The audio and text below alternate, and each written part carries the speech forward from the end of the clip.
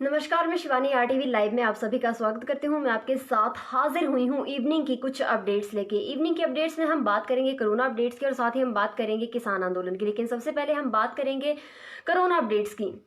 अगर बात करें हिमाचल प्रदेश में कोरोना वायरस की अपडेट की, तो बीपीओ लोअर कोटला कला ऊना से 86 वर्षीय पुरुष जिसे आरपीजीएमसी टांडा में 8 तारीख को शाम 7:13 पर भर्ती कराया गया था। रोगी क्रोनिक किडनी रोग के साथ मधुमेह, उच्च रक्तचाप और हाइपोथायराइडिज्म की बीमारी के साथ वो रोगी था। आपको बता दें कि दुर्भाग्यवश सोमवार को सुबह 4:45 पर उनकी मृत्यु हो चुकी है। अगर हम बात करें कोरोना के कुल मामलों की, तो संख्या उनकी 7,996 हो चुकी है।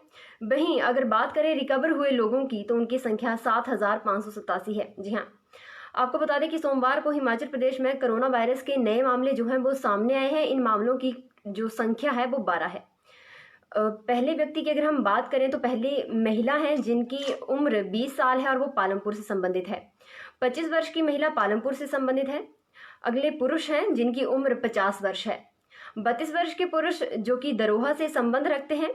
60 साल के पुरुष जो कि धर्मपुर मंडी से संबंध रखते हैं। 70 साल के पुरुष जो कि पालमपुर से संबंधित हैं और 78 वर्ष की महिला जो कि कांगड़ा की निवासी हैं। 58 साल के पुरुष जो कि कांगड़ा से संबंध रखते हैं और 28 वर्ष के पुरुष जो वो भी कांगड़ा से ही संबंध रखते हैं। अगर बात करें अगले कोरोना पॉजिटिव केस की, तो 50 साल के पुरुष एसपी ऑफिस धर्मशाला से संबंध रखते हैं। अगले केस की अगर बात करें तो 57 वर्ष की महिला जो कि बीपीओ गंगन से संबंध रखती हैं। और अगले केस की अगर अब हम बात करें, तो 23 साल के पुरुष जो कि पालमपुर के निवासी हैं। ये सभी कोरोना पॉजिटिव पाए गए हैं और सभी को उनके घरों में आइसोलेट भी किया गया है। इनको मिला के कुल मामले जो हैं वो 8,808 हो चुके हैं और जो सक्रिय मामले हैं उनकी संख्या 216 है।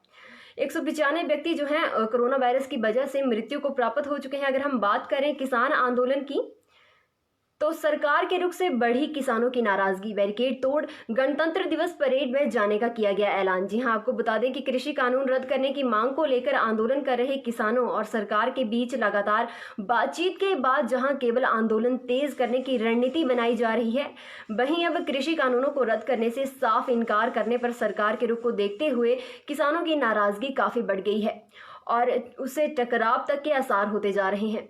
किसान लगातार नेताओं का विरोध करने को लेकर पुलिस के आमने सामने आ रहे हैं।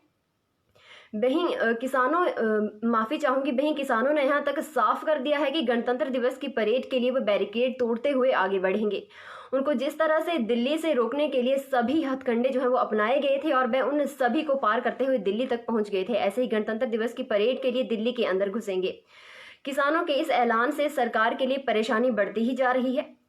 आपको बता दें कि कृषि कानून रद्द करने की मांग को लेकर किसान 1.5 महीने से ज्यादा समय से कुंडली बॉर्डर पर डटे हुए हैं। इतने दिन बीतने के बाद भी समस्या का कोई समाधान जो है वो नहीं हो पा रहा है। सरकार से बातचीत के बाद किसानों की नाराजगी इतनी कभी नहीं बढ़ी जितनी नाराजगी इस बार की बातचीत के बाद बढ़ी है। किसानों को जिस तरह से सरकार ने साफ कहा है कि कृषि कानूनों को रद्द नहीं किया जा सकता, उससे किसान अब अपनी ताकत सरकार को दिखाना चाहते हैं, जिसके लिए सरकार के हर अभियान व कार्यक्रम को किसान रोकना चाहते हैं और टकराव के हालात जो हैं वो पैदा कर रहे हैं। इसके साथ ही जिस तरह से नेताओं ने गणतंत्र दिवस की परेड के लिए हर गतिरोध को तोड़कर दिल्ली में घुसने का ऐलान किया है, उसको देखते हुए भी किसान अब किसान अब किसी भी हालत में दिल्ली की परेड में शामिल होने की तैयारी कर रहे हैं। जिस तरह दिल्ली कूच के लिए निकले किसानों को रोकने का प्रयास करते हुए आंसू गैस के गोले छोड़े गए और पानी की बौछार मारी गई। आपको बता दें कि किसानों के गणतंत्र दिवस परेड में शामिल होने के ऐलान के बाद से सिंधु बॉर्डर पर सुरक्षा व्यवस्था जो है वो कड़ी कर दी गई है। सबसे ज्यादा किसान इस बॉर्डर से दिल्ली जाने का प्रयास करेंगे। इसके लिए ही वहां ज्यादा पत्थर लगाए जा रहे हैं, तो पैरामिलिट्री फोर्स भी कुछ आगे आ गई है। वहां पैरामिलिट्री फोर्स 24 घंटे के लिए तैनात कर दी गई है, जिससे कोई भी वहां से अंदर आने का प्रयास ना कर सके। साथ ही आपको बता दें कि सरकार 26 जनवरी तक मान जाए और ऐसा नहीं होता है तो हमें मनवाना आता है, किसानों द्वारा ये बयान दिया गया है। हम बैरिकेड तोड़कर अंदर घुसेंगे, पुलिस गोली ही मार सकती है, लेकिन किसान जो है वो पीछे नहीं हटेगा। हम गणतंत्र दिवस की परेड को नुकसान नहीं पहुंचाएंगे, बल्कि हम 26 जनवरी को सभी बैरिकेड तोड़कर दिल्ली में जाएंगे और परेड में शामिल होंगे। उसके बाद ही ऐसा हो सकता है कि किसान ही संसद में बैठें। हमारे लिए नामुमकिन कुछ भी नहीं है, क्योंकि दिल्ली आने से रोकने के लिए भी खूब प्रयास जो है वो किए गए थे। उसके बावजूद हम लोग यहाँ तक पहुंचे हैं और आगे भी बढ़ते रहेंगे। ये बयान जो है गुरनाम सिंह चढ़ूनी, अध्यक्ष भाकियू हरियाणा की तरफ से दिया गया है। देश के सभी किसानों को न्योता देने का अभियान शुरू हो चुका है। ये ऐतिहासिक परेड होगी। पहली बार परेड में किसान होगा और ट्रैक्टर होंगे। पंजाब, हरियाणा, यूपी, राजस्थान, उत्तराखंड समेत अन्य जिन जगहों से किसान आएंगे, सरकार चाहे कितने भी फोर्स लगाए, लेकिन किसान रुकने वाला नहीं है।